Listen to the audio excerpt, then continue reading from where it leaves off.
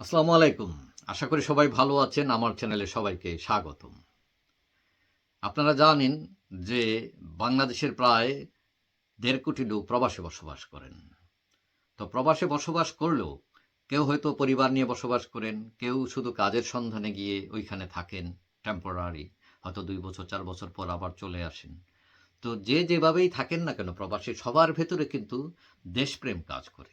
সারাক্ষণ ওই যে কম্পিউটারে গুতায়ে মোবাইলে গুতায়ে দেখেন দেশের কি হলো পরিস্থিতি কি, তারা উৎকণ্ঠায় থাকেন দেশ নিয়ে। আসলে তারা দেশকে ভালোবাসেন, এটাই ব্যাপার। এখন কথা হচ্ছে, আমরা প্রচুর রেমিটেন্স পাঠাই প্রবাসীরা, এবং এই প্রবাসীদের যে অবদান শুধু রেমিটেন্সের জন্য না, মহান স্বাধীনতা যুদ্ধ প্রবাসীরা দারুণ ভূমিকা পালন করেছে। তো এখন কথা হচ্ছে, প্রবাসীরা বিভিন্ন দুর্যোগ, বিভিন্ন কঠিন সময়েও বিভিন্ন ফান্ড দিয়ে বিভিন্নভাবে সাহায্য করেছে বাংলাদেশকে। কিন্তু তারা কিছু বদনামও কামিয়েছে। বদনামটা কীরকম?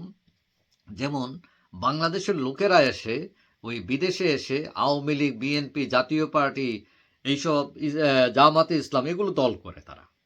কিন্তু এক্সকিউজ মি, কিন্তু বিদেশে এই বাংলাদেশি রাজনীতি করার কতটুকু দরকার আছে আমি ঠিক জানি না।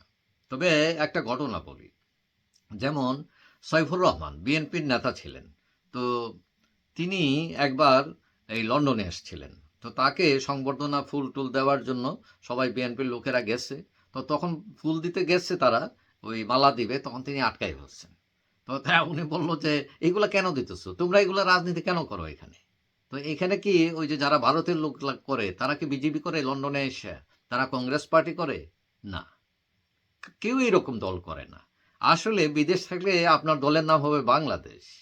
এখানে আবার আওয়ামী লীগ, বিএনপি, জাতীয় পার্টি এসব কি?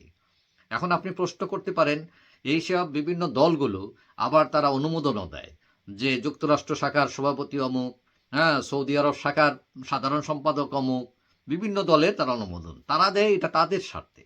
তারা বলে না যে এগুলো দরকার নাই, তোমরা গেছো টাকা কামাইতে বাবারা, টাকা কামাইয়া দেশকে যতটুকু পারো দাও, বাল বাচ্চা নিয়ে ভালো থাকো, এটাই হচ্ছে তোমাদের কাজ।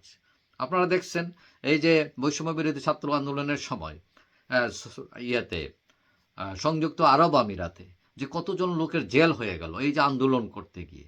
আরে বাবা, তোমরা গেছো গরিব মানুষ, বিটাবাটি বিক্রি করে বাবার পেনশনের টাকা নিয়ে ওইখানে রুজি রোজগার করে সংসার পরিবারের অবস্থা ভালো করবে, তোমরা কেন গিয়ে মানি না জিন্দাবাদ, ঠিক আছে, ফাঁসি চাই। তো এগুলো ফাঁসি চাই, তো এখন এটা দুবাই সরকার সেটা কি করবে? এটা তার ম্যাটার না। এবং ওই দেশের আইন কি, তুমি না জানি এগুলো করতেছো বা জেনে করতেছো। এখন কারো 10 বছর, কারো যাবজ্জীবন। হ্যাঁ, তো এই যে করার ফল কি হলো? তাতে হলো কি, তার পরিবার একদম মাটিতে বসে গেল, প্লাস দেশেরও ক্ষতি হলো। কারণ দেশ যে কয়টা টাকা পাইতো সেটা বন্ধ হয়ে গেল।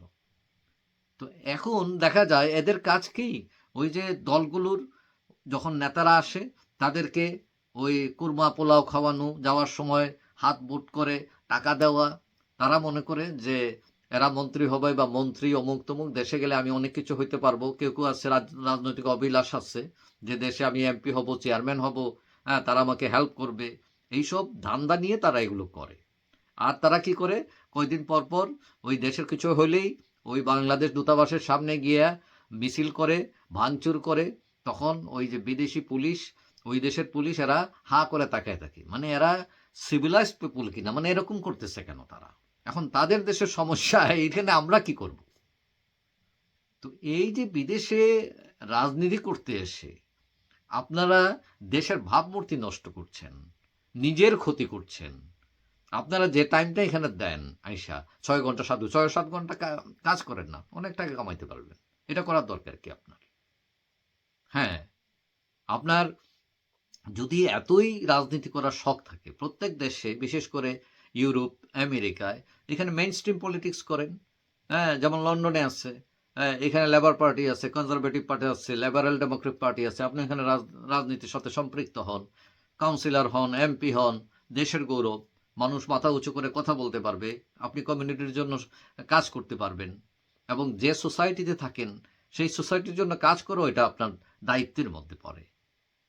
তো এখন ওইসব না করে আপনারা এই যে ভাঙচুর, হ্যাঁ, জ্বালাও পোড়াও অমুক তমুক বিদেশের মাটিতে করেন, মানুষ হাসে, আপনার গ্রেফতার হন, জেল খান, তো এটা তো দেশের জন্য ভালো না, মঙ্গলজনক না। আপনারা ইউনাইটেড থাকেন, আচ্ছা ঠিক আছে, সমিতি করেন, বাংলাদেশ সমিতি, অমুক জেলা সমিতি, দ্যাটস ফাইন, এবং বিপদে আপনারা সবাই এক হয়ে দেশের জন্য কাজ করেন, দ্যাটস ফাইন। কিন্তু এই যে বিদেশে বসে বাংলাদেশের রাজনীতি করা, এটাকে আমি যুক্তিযুক্ত মনে করি না। অনেকে হয়তো আমার সাথে দ্বিমত পোষণ করতে পারেন, আমি মনে করি এটার অ্যাডভান্টেজের চেয়ে ডিসঅ্যাডভান্টেজই বেশি, সুবিধার চেয়ে অসুবিধাই বেশি। সো এটা, তবে আমার সাথে আপনি একমত নাও হতে পারেন, হ্যাঁ, এটাও আপনার রাইট আছে, কিন্তু আমি মনে করি এটা ঠিক নয়, আমাদের একটু চেঞ্জ হওয়া দরকার। যেমন শুধু যেমন ধরেন ইউরোপে এটা শুধু বাংলাদেশের লোকেরা থাকে না, অনেক দেশে, যেমন আমাদের সাইডের লোকেরা আছে, ভারত, পাকিস্তানেরা, তারা তো করে না, তা আমরা করি কেন? যাই হোক, আশা করি আমাদের চিন্তার, আমাদের চেতনার পরিবর্তন হবে, আমরা আমাদের সঠিক পথ যেটা সেটাই বেছে নিতে পারবো, এবং দেশের সেবায়, দেশের কল্যাণে, মানুষের কল্যাণে নিজেকে নিয়োজিত করতে পারবো। সবাই ভালো থাকবেন। আশা করি দেখা হবে অন্য কোনো ভিডিওতে, ইনশাল্লাহ। আল্লাহ হাফেজ।